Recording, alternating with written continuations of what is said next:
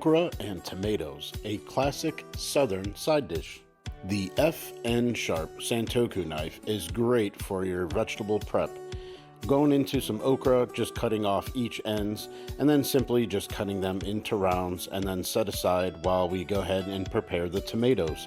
Taking off the root end of the tomato, and then I'll slice down the middle, cutting it in half, again into quarters, and then horizontally positioning the blade, just cut down that middle part and discard any of the seeds.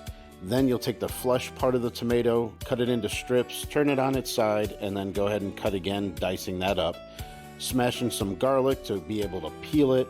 Take off the root end of your garlic clove, slice it up or mince it. It doesn't make a difference in this particular recipe. Go ahead and dice up some onion. You can use white or sweet. Set that aside.